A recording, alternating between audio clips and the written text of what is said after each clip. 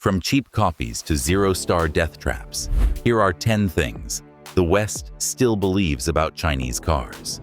And almost every one of them is already wrong. The West is finding out too late. Number 10. The belief that Chinese cars are rolling death traps. This one has a real origin. Back in 2007, a Chinese sedan called the Brilliance was crash-tested in Europe and scored 0 stars. Not one. The crash footage was violent, it spread across the internet, and the reputation set like concrete for nearly 20 years. But here is the part almost nobody bothered to update. Between 2023 and 2025, every single Chinese electric car that Europe's crash testing authority put through its toughest program earned the full 5 stars. Not most of them. Every one. In one recent batch of testing, 13 of the 18 highest-rated cars on the continent were Chinese-made. A compact Chinese hatchback recently posted the highest occupant protection score that authority has ever recorded, beating every European and Japanese car in its history. And the reason is not luck. Chinese makers fit advanced safety systems as standard on every version, not as expensive options. The death trap from 2007 is now measured by the same ruler as Mercedes and Volvo, among the safest things on the road. The reputation is 15 years out of date. The cars are not. Number 9. The belief that Chinese cars are only cheap because of cheap labor. It feels obvious, so most people stop thinking right there. And that comfortable stopping point is exactly why the West got blindsided. A Chinese car is cheap because the company building it often makes almost everything itself. Take the largest of them. It builds its own batteries, its own electric motors, and even its own computer chips, all under one roof. It does not hand a slice of every car to a long chain of outside suppliers, each adding their margin. Now add a battery chemistry that skips the most expensive metals, nickel and cobalt, and a manufacturing scale simply larger than anything in the West. The low price stops looking like a wage trick and starts looking like what it really is, a structural advantage built over a decade. And that is the uncomfortable part. A Western brand cannot answer cheap labor by moving a factory, because it is not competing with low wages. It is competing with a company that owns its entire supply chain, from the raw lithium to the finished screen on the dashboard. You can put a tariff on a cheap car. You cannot tariff your way out of being out-engineered. Number 8. The idea that Chinese car makers just copy everyone else. 2 decades ago, there was real truth in it. Early Chinese cars borrowed their shapes, sometimes shamelessly, from Toyota, Honda, and others. That was the story the West locked in and never revisited. But it is now dangerously out of date. Today, China holds roughly 70% of the world's patents for new energy vehicle technology, and more than half of the patents for connected, software-defined cars. Read that slowly.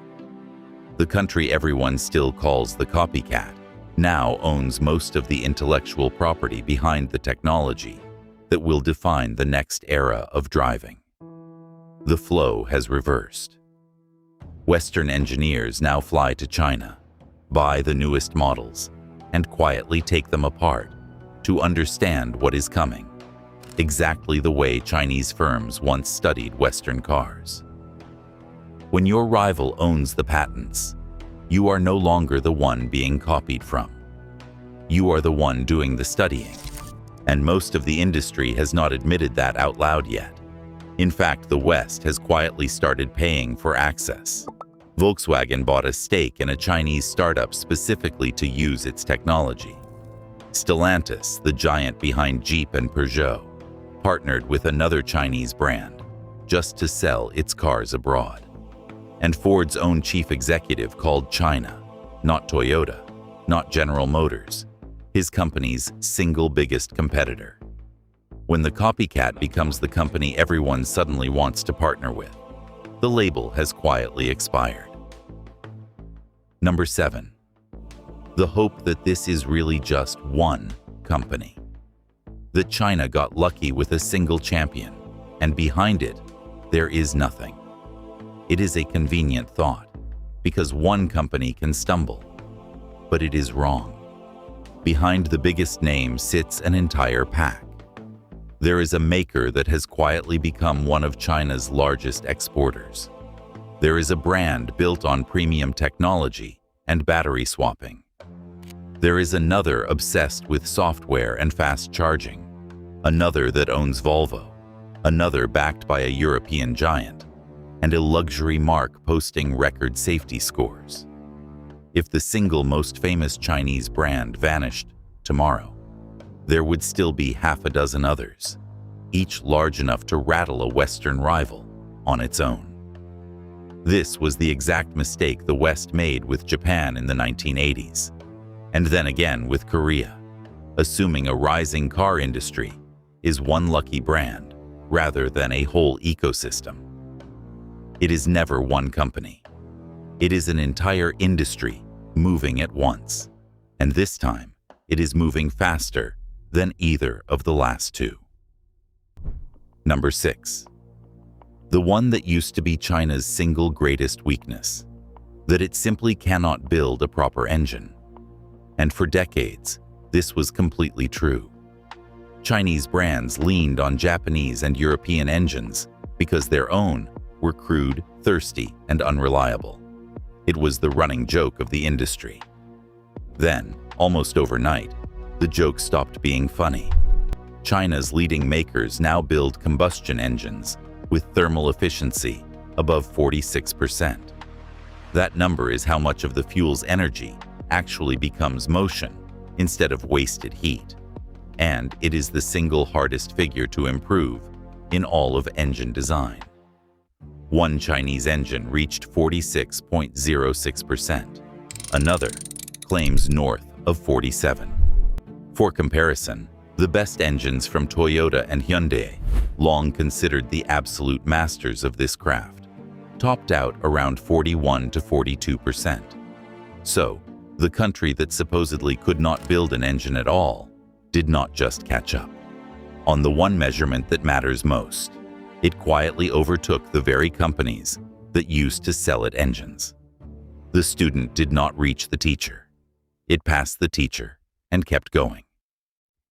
If this is starting to change how you see China's car industry, subscribing genuinely helps this channel keep digging.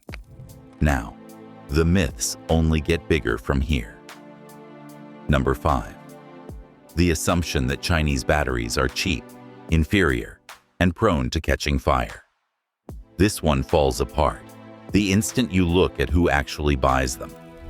The largest battery maker on the planet is Chinese, and its customers include Tesla, BMW, and Mercedes-Benz. The very Western brands that publicly warn about Chinese competition are quietly buying the cells that power their own electric cars from it, and the fire fear is backwards. The lithium iron phosphate chemistry China bet on years ago, the kind inside the so-called blade battery, is the most resistant to catching fire, not the least. It is built so that even when physically punctured, it does not erupt the way older chemistries can.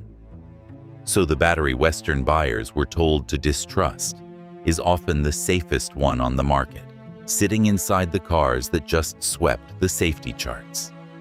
The West did not just misjudge Chinese batteries. It is buying them, badging them, and selling them back to its own customers. Number 4. The fallback position, once the price argument fails, that China only wins on cost and never on real technology. This is where the West is most badly behind and least willing to admit it. Some of the newest Chinese electric cars run on 800-volt electrical systems, the same cutting-edge architecture found in cars, costing 3 times as much. One popular model can charge from 10 to 80% in about 12 minutes, faster than almost anything from Europe or America. For trucks and taxis, China built entire networks where a drained battery is physically swapped for a full one in around 5 minutes, with one battery maker alone aiming to cover most of the country's highways by the end of the decade. And on software, self-parking, and assisted driving, Chinese cars often ship features as standard that Western brands still lock behind monthly subscriptions. The low cost is real, but it was never the whole story. The technology arrived first, and the low price came with it. That combination, advanced and affordable at the same time, is exactly the thing the industry was told was impossible. China did both, on purpose. Number 3. The comfort blanket that Chinese cars might be fine at home, but will never really sell abroad. That blanket was torn away in 2023. That year, China passed Japan to become the largest vehicle exporter on Earth, shipping more than 5 million cars to the rest of the world. The next year, it pushed toward 5.5 million, while Japan's exports actually fell. Forecasts now put China above 7 million. Step back and feel the scale of that. A country that, a decade earlier, exported almost nothing, now sends more cars across its borders than any single nation in history. And it is doing it while barely selling in the United States at all, one of the largest markets on Earth, still mostly closed to it. The export wave everyone said would never come is already the biggest the industry has ever seen. And where these cars once went, mostly to Russia, they are now landing in Australia, the Gulf, South America, and increasingly European driveways, despite new tariffs built specifically to keep them out. Number 2. The belief that Western and Japanese brands still rule the car world. Inside China, the largest car market on the planet, that era is already over. Chinese brands now take more than half of their own home market, and the foreign giants that once dominated it are in open retreat. Volkswagen, for years the king of China, posted some of its worst sales there in a generation. Mitsubishi, the company that once supplied engines to a huge share of the Chinese industry, shut its factories and left the country entirely, selling its last plant for a symbolic single yuan. General Motors wrote off billions. Since 2020, foreign brands have surrendered roughly a third of their share of the Chinese market. The home turf the West assumed was permanent has been slipping away, quarter by quarter, badge by badge. And the same brands losing China are about to meet those Chinese rivals in their own driveways. And number 1, the biggest myth of all. The Chinese electric cars are nothing but a subsidized bubble, propped up by the government and about to burst any day now. It is the story the West has repeated the longest, because it is the most comforting one there is. If it is a bubble, you do not have to change anything. You just wait. But look at the company at the very center of it. In the final months of 2023, it outsold Tesla in pure electric cars for the first time. The next year, it delivered more than 4 million electrified vehicles. It is not teetering. It is not collapsing. It is setting the pace that every other car maker on Earth is now scrambling to match. The bubble everyone keeps waiting to burst has quietly become the center of gravity for the entire global industry.